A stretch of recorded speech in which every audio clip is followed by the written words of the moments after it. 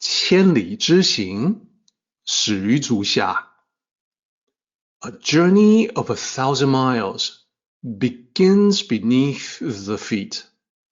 We now gather in the Tao to travel the journey together. Welcome to Tao Talks with Derek Lin, where we take a deep dive into the Tao Te Ching by Lao Tzu.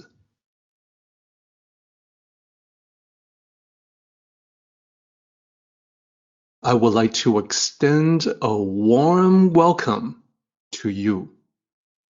Thank you for joining us.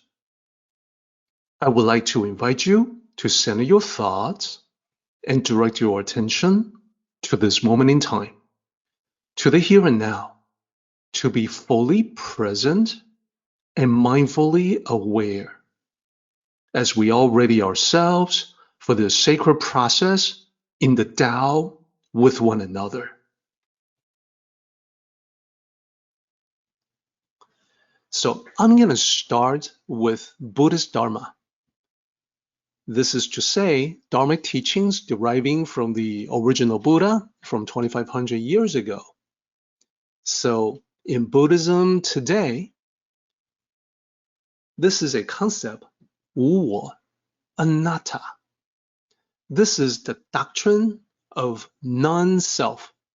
Non-self instead of no self. And the doctrine of anatta says there's no eternal essence of the self that can be found anywhere. Anatta says this idea of an eternal soul, it cannot be found among the 10,000 dharmas. That is to say, dharmic manifestations, that's just another expression to describe everything that we see all around us in this material existence. Now, everything in the world we know is constantly changing. Nothing remains constant. And therefore, there's nothing in it that is lasting, that is permanent, that is eternal. Now, in the original teachings of the Buddha himself declined to address the existence of the self. He specifically said, we're not going to talk about that.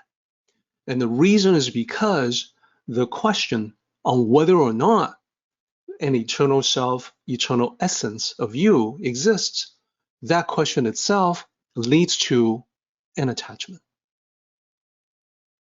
Now, attachments to the concept of the self, just like all attachments, lead to craving and suffering. And that's the reason why the Buddha did not want to address whether it existed or did not exist. Now, let me point out here on the left-hand side of the slide that the basic idea in Buddhism is the same as this part of the Tao Te Ching Chapter 13 that we're studying. Buddhism is basically stating attachment to the self leads to craving and suffering. Lao Tzu wrote, the self leads to misfortune. These are similar words talking about the same thing. As a side note, the whole concept of anatta, non-self versus no self, often interpreted as the self does not exist, but it's a debatable point. Even today, 2,500 years after the time of Buddha, it is still being discussed and debated all the time. And sometimes people don't realize that the Buddha specifically did not want to assert philosophical non-existence of the self. That's Buddhism. Now, let's switch over to the Tao. This is one of the significant ways where the Tao concepts are different from the original teachings of the Buddha and the doctrine that has evolved over the years, over the centuries. First, let's talk about 本性, the true self. This is your original nature, and sometimes sages will say it's just your nature. It's your natural self, your original self. This is the you that remains constant. It is just you, no matter what else about you changes. You can change so many different aspects of yourself, and your true self will never change. You're just you. The true self is like a mathematical point. A point in math exists.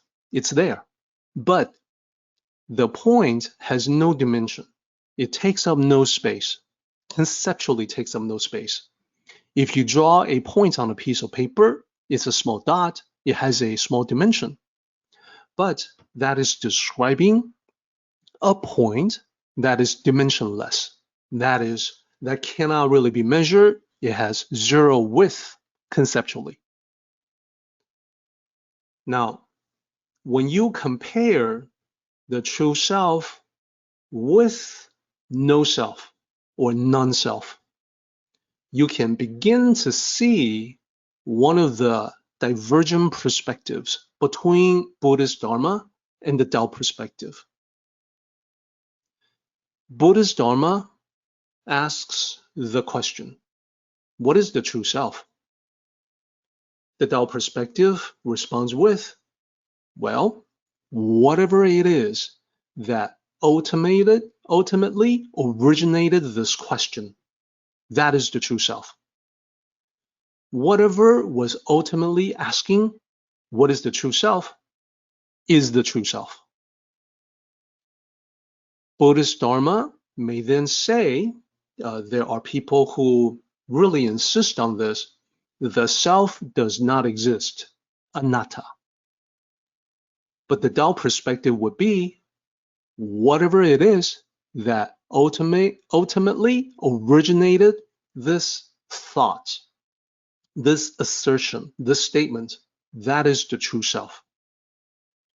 So the true self is what the source was for the idea that the true self does not exist. And therefore, it's there, like a mathematical point. Now, this is reflected in Zen Buddhism. Zen Buddhism is a fusion of Buddhist teachings and Tao teachings in ancient times. In Zen Buddhism, it is called self-nature, 自性.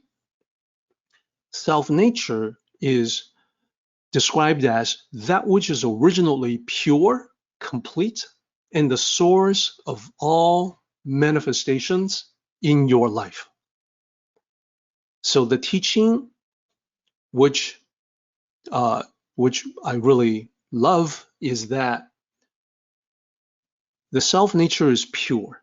Nothing can be added to it or subtracted from it.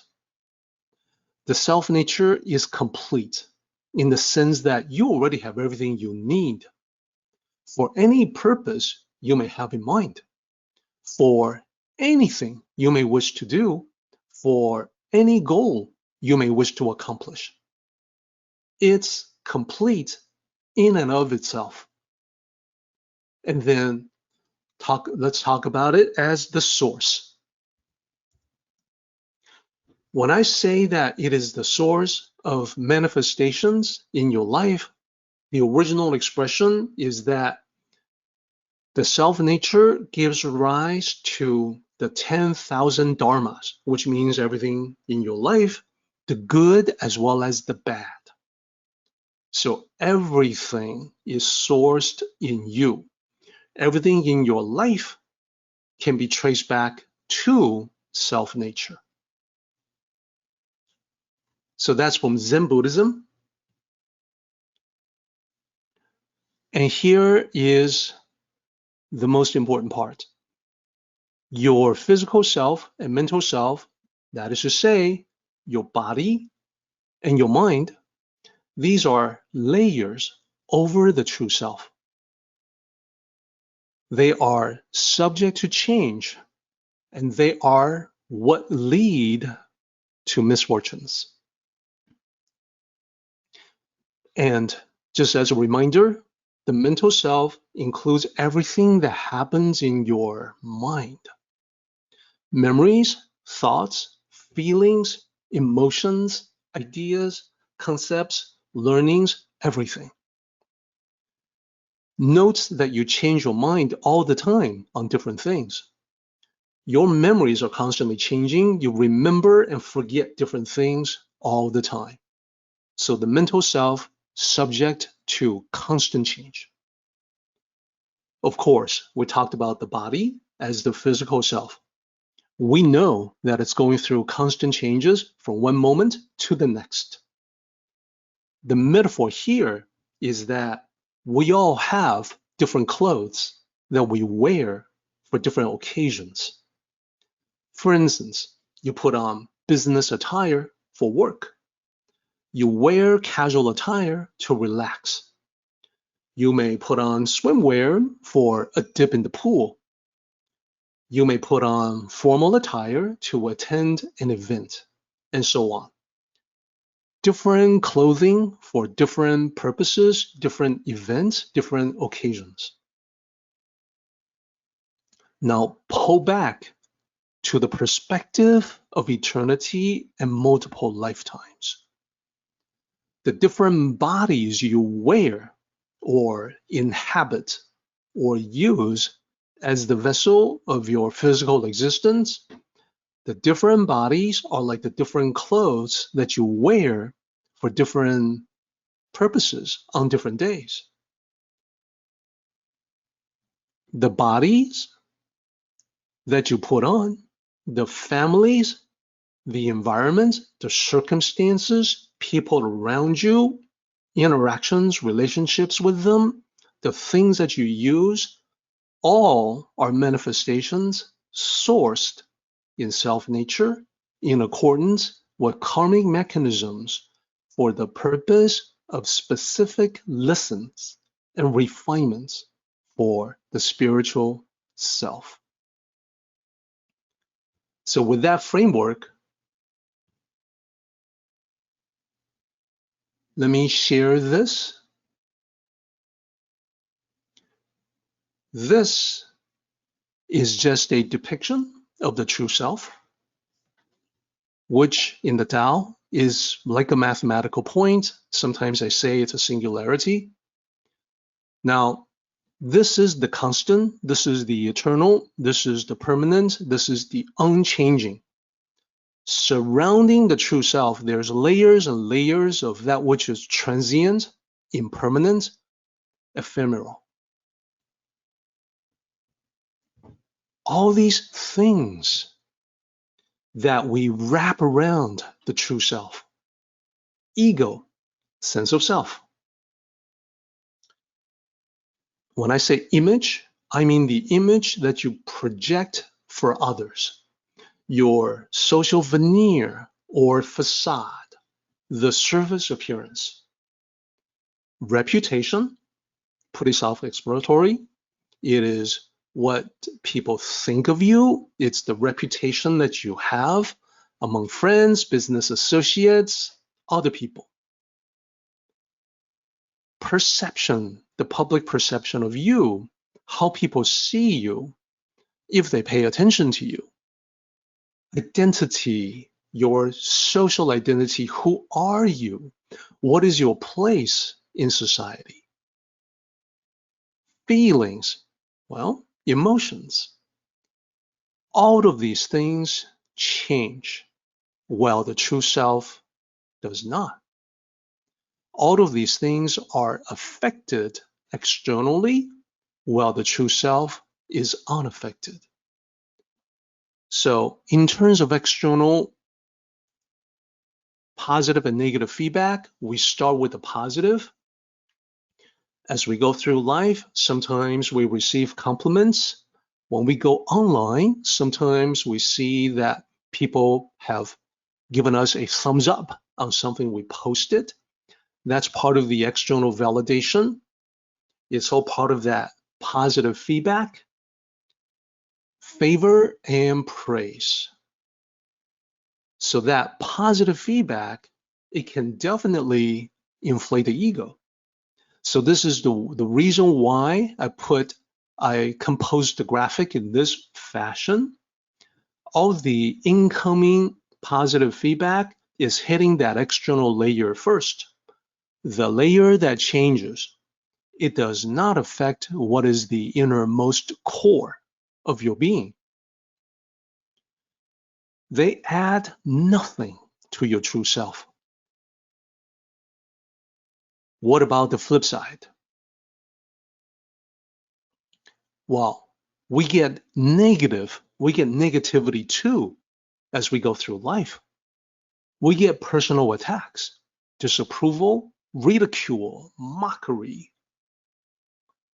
So in all of this, I'm talking about your physical presence in reality, but I'm covering everything, and therefore also your online reputation.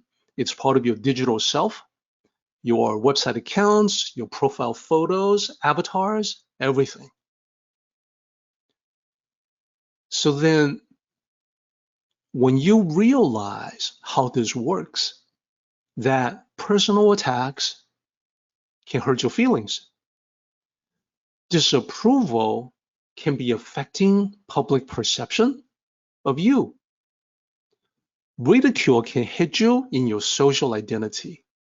But no matter what it is, no matter what harm you think they have done, nothing can damage your true self. Nothing can subtract from it or take anything away from it. The true self is the true self. The only thing that are affected are the external layers that are transient and impermanent, that change all the time. The realization here leads us to the insight of how we can become unaffected by favor or disgrace. So here's an example. As we go through stages of life, initially, young age. When we're young, we're probably all the same. We're concerned about how others see you. I cared very much how I was perceived as a child, as a teenager, as someone growing up. Questions on my mind.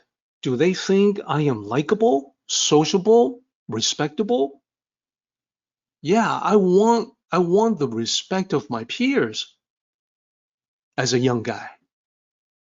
Now, life goes on. I make my way to middle age. In that stage of life, I have gained confidence and maturity.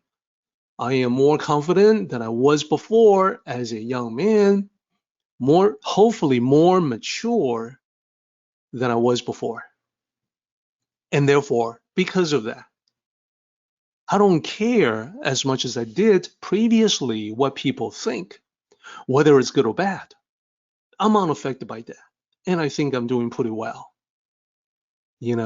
I've become wiser. I'm better at handling the challenges of life. But there's another stage. Old age.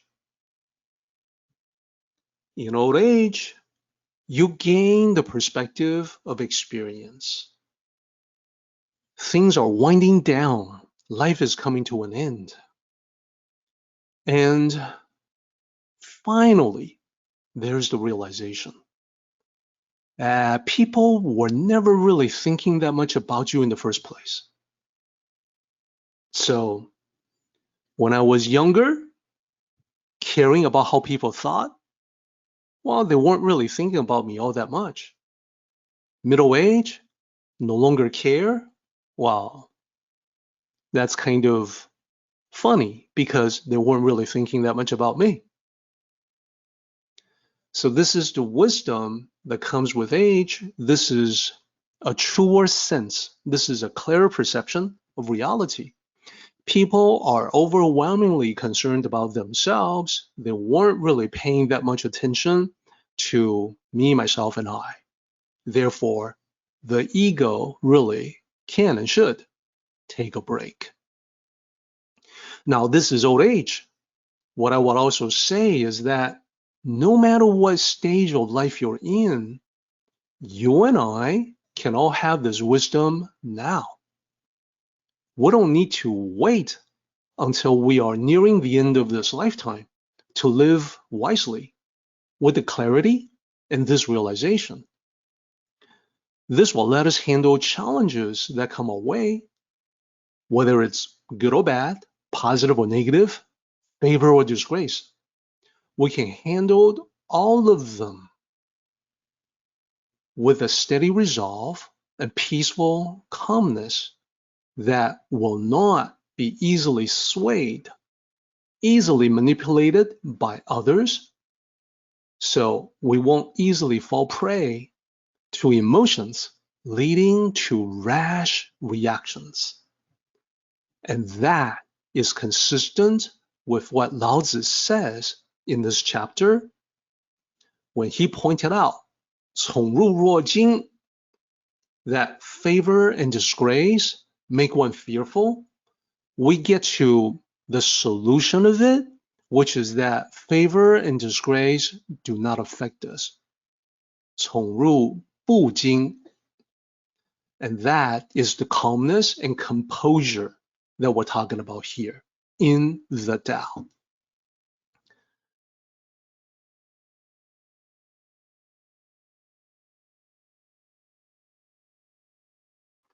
Our meeting has come to an end, but the journey continues on.